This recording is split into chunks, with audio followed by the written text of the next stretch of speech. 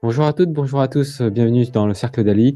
Est-ce que vous en avez marre de ne pas avoir un bureau qui est clean? Est-ce que vous n'en avez pas marre d'avoir le dossier téléchargement qui est tout le temps débordé? Est-ce que vous n'en avez pas marre d'en avoir plein la tête et avoir le sentiment d'être débordé? Et bah, c'est ce qu'on va voir aujourd'hui avec la technique Ibdra, qui est une technique qui va vous permettre de gérer tout votre input, donc tout ce qui vous vient, donc tâches, pensées, gestion des dossiers numériques, et même dans la vraie vie, comment faire en sorte que vous puissiez gérer et ne plus être submergé par tout ce qui vous arrive dans votre quotidien, soit par la pensée, soit par les tâches à réaliser. C'est parti. Alors, Ibdra, qu'est-ce que ça veut dire? Ça veut dire inbox, projet, domaine, ressources, archives. C'est un concept qui a été avancé. En tout cas, moi, je l'ai connu grâce à Thiago Forte, qui est très connu sur la gestion du second cerveau et la création du second cerveau pour gérer notre quotidien. Et ben ici, moi, j'ai envie de vous parler de l'inbox. Alors, qu'est-ce que l'inbox? L'inbox, ça veut dire tout simplement la boîte aux lettres, voilà, la boîte d'entrée. La boîte d'entrée vous permettra de déposer toutes les tâches dès qu'elles arrivent sans réfléchir comment la classer. Parce que le classement se fait lors d'un second temps. Donc vous avez une pensée, il faut aller acheter un pack de lait, vous le mettez dans l'inbox. Vous recevez un courrier physique, vous le mettez dans une inbox physique. Vous recevez un mail, vous le laissez dans l'inbox. Vous voyez, ça c'est l'inbox. Ensuite, il y a tout ce qui est projet, donc IP de projet.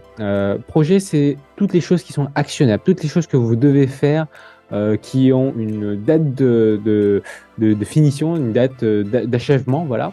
Et puis qui ont aussi un objectif, c'est-à-dire que si vous avez le projet de créer un site web, il faut qu'il soit fini dans 2 semaines avec un objectif qui est simplement d'avoir un site web, par exemple.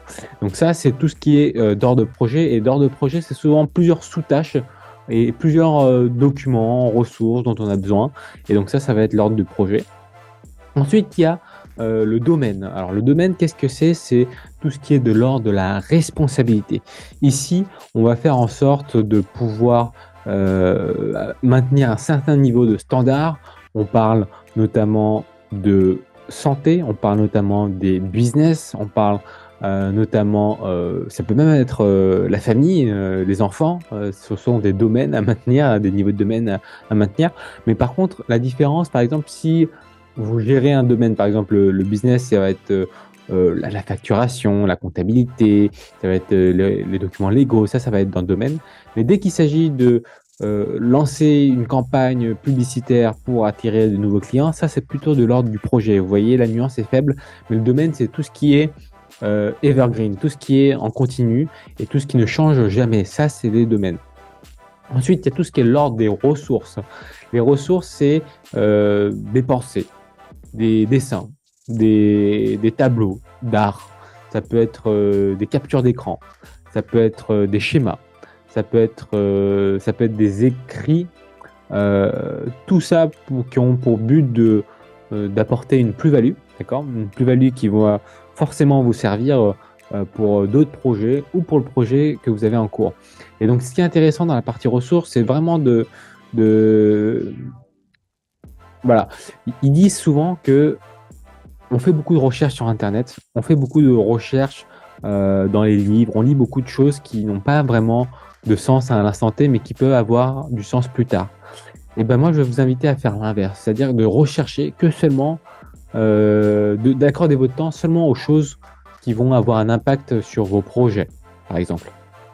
Et donc là, on parle de ressources, par exemple, si vous voulez apprendre à mieux gérer votre temps, et ben vous allez étudier qu'est-ce que le time blocking, comment ne pas procrastiner, les choses comme telles. Et tout ce que vous avez étudié, les schémas, les graphiques, vous les mettez dans la partie ressources. Et dans la partie projet, vous allez pouvoir mettre des liens vers ces ressources-là. Donc ça, c'est l'organisation du second cerveau et on verra exactement lors d'une prochaine vidéo comment l'organisation se fait. Et bien sûr, qu'est-ce qu'il y a dans Archive? Moi, je vous recommande de mettre tous vos documents sans exception aucune dans la partie Archive aujourd'hui pour tout simplement réfléchir à comment vous allez pouvoir réorganiser cela et tout simplement Dès que vous en avez besoin, vous le sortez dans l'archive et vous mettez dans le bon sous-dossier. C'est tout pour aujourd'hui.